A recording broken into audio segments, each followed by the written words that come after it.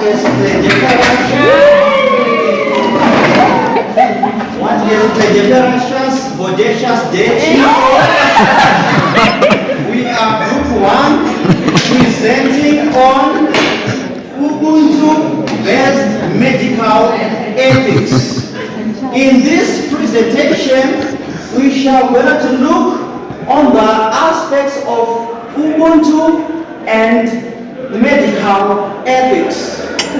So there are various scholars who support this topic, such as Lovu 2021, Gade 2012, Hedopan 2008, to mention a few.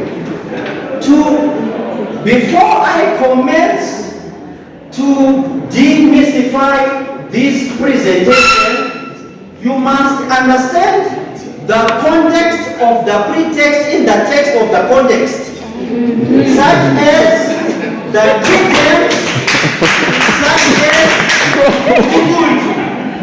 So, Ubuntu is a philosophy derived from the Southern Africa, from Bantu people, and it deals with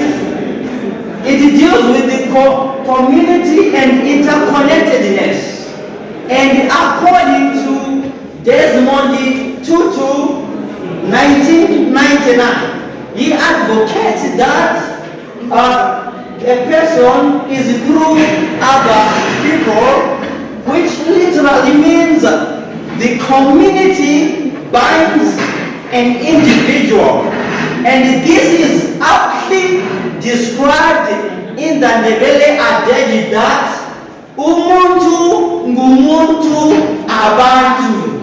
And this is aptly described in the Shona adage that Munu nebuda pewanu. And this is expressed in the English version that a person is integrated by the community. And what are ethics? Ethics are morals that guide an individual based on what is wrong or right. So I shall list the principles on Ubuntu that governs or that support on medical ethics. Number 1, we have what is known as the community and interconnectedness. So, a community, an individual is tied to the community, which means an individual has to do with the well-being. So, for example, it is said that if you marry for the whole family. So on this aspect, your health is the health of the community. Your well-being is the well-being of the entire community. Number 2, on the Ubuntu based medical ethics is dignity and respect.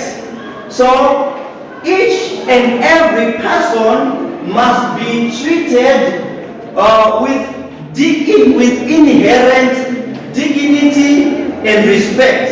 For example, giving medication to everyone, cure every person. Number 3, on the aspect of Ubuntu, we have what is known as the collective responsibility. When we're talking about the collective responsibility, we are talking about everyone has a responsibility in the community to promote the health and to prevent diseases. For example, in 2019 and 2020, during the COVID-19 era, an individual played a role and the community played a role by, for example, by providing face masks, sanitizers, and the government implementing the policies such as if you are seen not wearing a face mask, you will be incarcerated by the police. Okay, number four, we have holistic approach.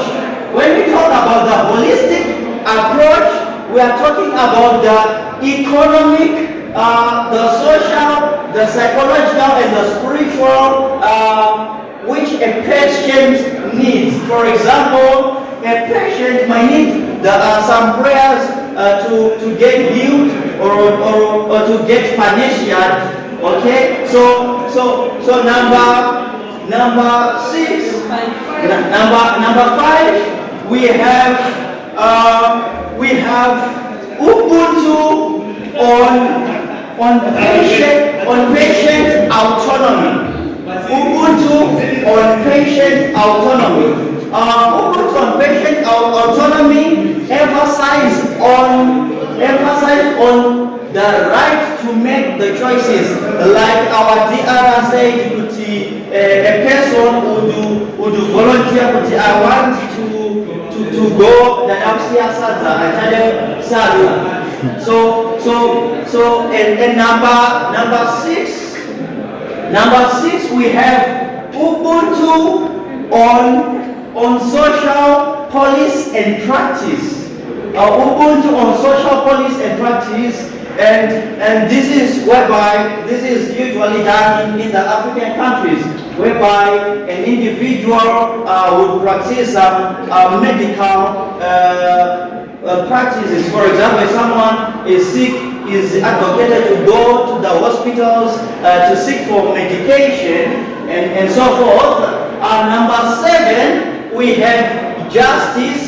Justice, it emphasizes about, let's say the medication is given, the medication will be shared freely without any corruptive manner. For example, let's say there's a video which I watched on Facebook, whereby I saw a lot of people they were fighting over the HIV/AIDS pills.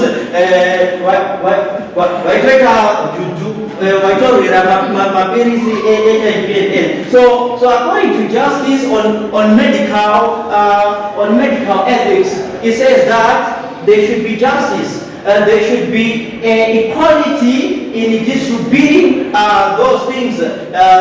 Are you getting this? Number what? 8. Number 8.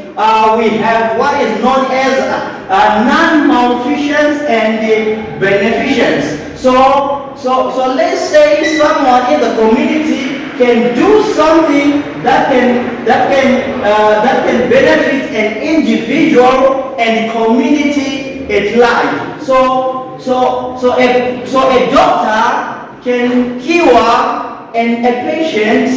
When a doctor cures a patient, it benefits an individual and community at large. So now I am going on the arguments supporting Ubuntu based medical ethics. These are now arguments supporting Ubuntu based medical ethics. Number 1, we have what is known as cultural sensitivity. Cultural sensitivity. So this is usually done in the African context, whereby a lot of cultural African people they practice their medicine in a way that benefit the community. So there is a sensitivity in the community. And number 2, on the argument we support the ethics Ubuntu, we have what is known as it will increase the health outcomes. It will increase the health outcomes. For example, when Ubuntu is integrated in the community, the people they will no longer do some certain vices or some social ills. When I'm talking about the social also is I'm talking about the practice of prostitution. So by not practicing prostitution, it will increase the rate of the contamination of HIV and AIDS. So Ubuntu is now integrated in that regard. Okay. Number 3, on another point which support the is inclusivity. So inclusivity, it includes everyone, and now I'm on the challenges and critiques on Ubuntu based medical ethics. So number 1, we have what is known. We have what is known as balancing the individual and the community rights. So let's say that someone needs to balance an individual and the community rights. This is aptly described in the Shona adage. I want you to get this. I want to explain in our Shona vernaculars to emasticate la contact in our Shona vernacular. Okay, so Kananichiti balancing an individual and the community rights.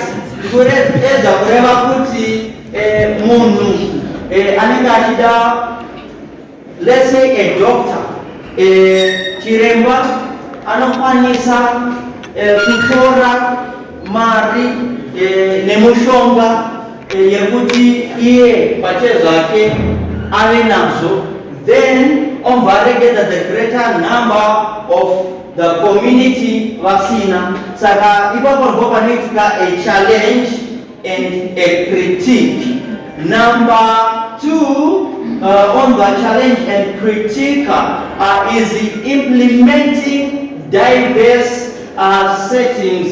So now I shall to draw. So now we are reaching now to the conclusion, and I want to give to Carlton to drive us to the conclusion as you're hammering the last nail on the coffin. So conclusion.